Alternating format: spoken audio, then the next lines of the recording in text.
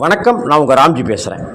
கடன், கடன் மேலே கடன், கடன் அடைக்கிறதுக்கு கடன், வட்டிக்கு கடன், தவணைக்கு கடன் அப்படின்னு மீளவே முடியல அப்படின்னு கண்ணீரும் கம்பளையுமா இருக்கிற அந்த கடன் பெற்றவர்களுடைய நெஞ்சம் அந்த அழுகை சொல்லி மாளாதது. இந்த விஷயத்தை, இந்த மந்திரத்தை மட்டும் சொல்ல முடியுமான்னு பாருங்கள். கடன் தீரணும் அப்படின்னு மனசார பிரார்த்தனை பண்ணிக்கிட்டு ஒரு பேப்பரில் 108 தடவை ஓம் நமோ காலபைரவாய நமக, ஓம் நமோ காலபைரவாய நமக அப்படின்னு மனசை ஒருமித்த நிலையில் வச்சுக்கிட்டு 108 தடவை இந்த மந்திரத்தை எழுதி பைரவரை பிரார்த்தனை பண்ணுங்க.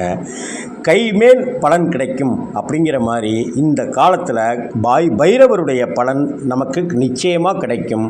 அவர் நமக்காக கருணையோடு அருள் செய்வார், கடன்களை எல்லாம் தீர்க்க வழி செய்வார்.